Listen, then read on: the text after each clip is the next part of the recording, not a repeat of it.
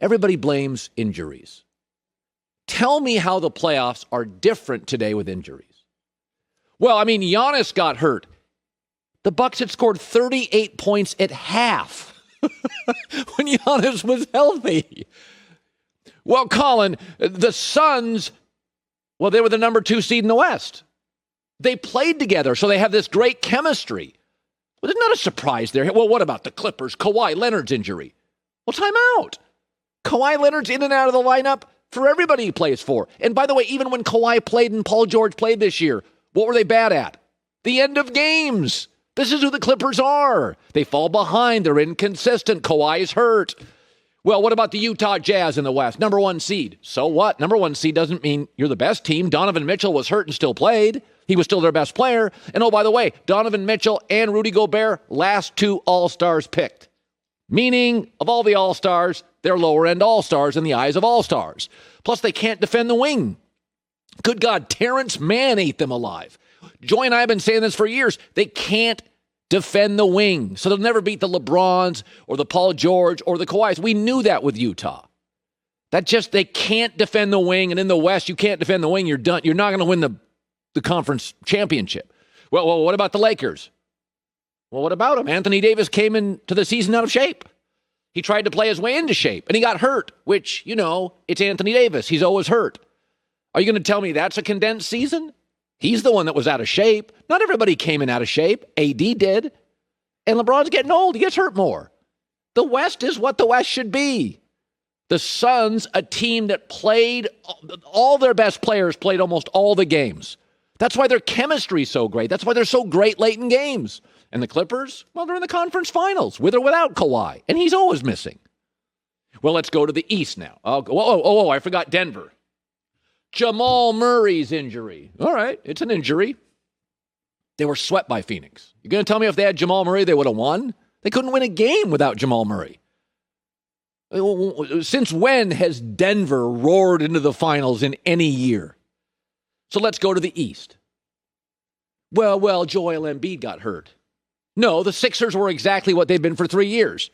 Simmons can't shoot. They're not good at the end of games because of that. And Embiid has some partial injury.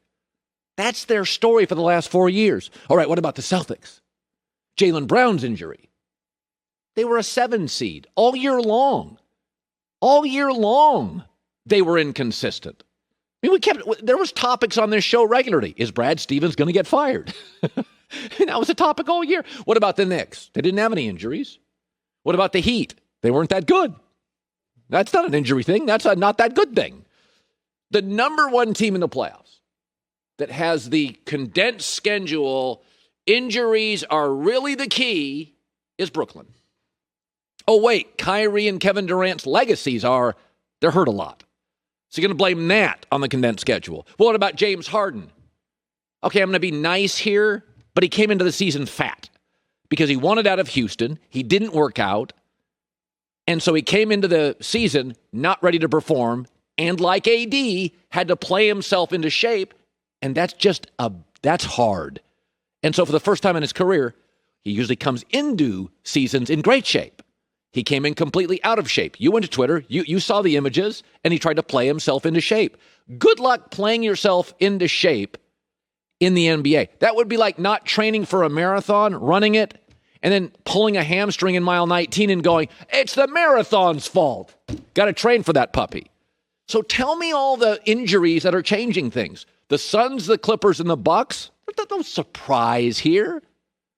Brooklyn, Harden tried to play himself into shape. Lakers, AD tried to play himself into shape. Everybody looks at Atlanta and goes, well, I mean, let's be honest. Without injuries, Atlanta wouldn't be here. But let's be honest about Atlanta.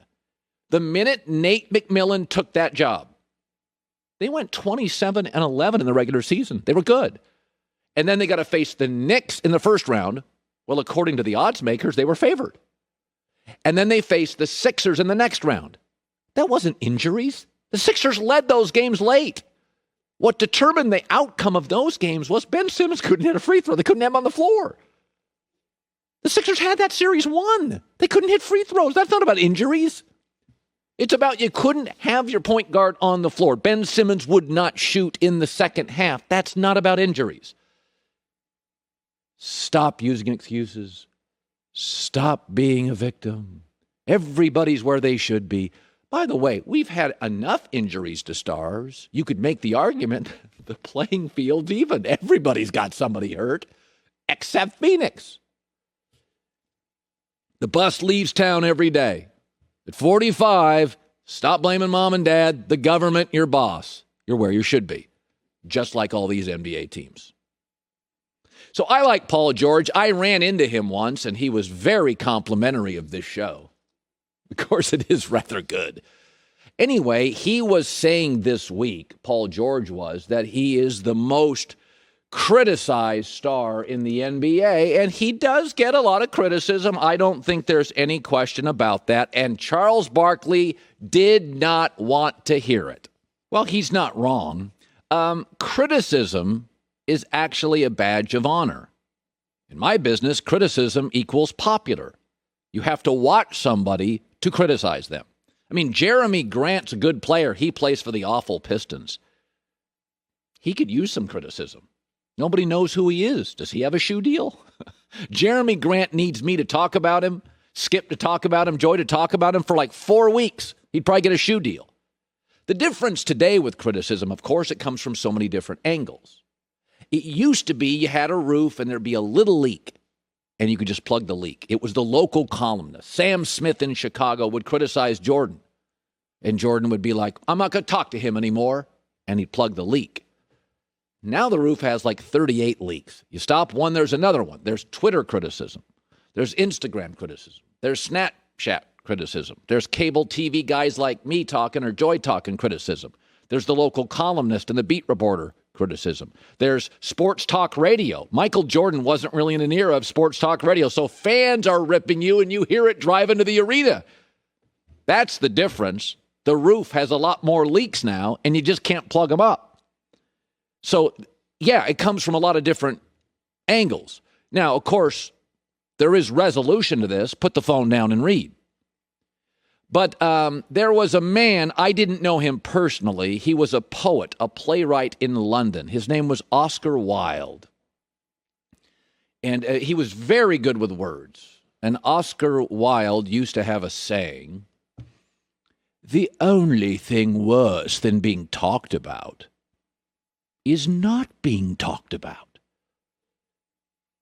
Paul George has commercials and shoe deals and all that stuff, and he's making money on social and all that stuff, and that's because he's relevant. Criticism is relevance. You watch these NBA playoff games, Chris Paul's on every third commercial. Chris Paul's been dogged by everybody for 7 years. You've been hammering Chris Paul nonstop for years. He's on every commercial. It's a badge of honor. If you're getting talked, Jeremy Grant's not getting talked about. He's a good player. Paul's a really good player. He's talked about all the time. You're going to notice the guys getting talked about in this league have shoe deals or huge social media followings. Look up Oscar Wilde. He had it right. In London, years ago, the poet had it right. Hi, everybody. Thanks for watching. Subscribe here to get the latest from the show.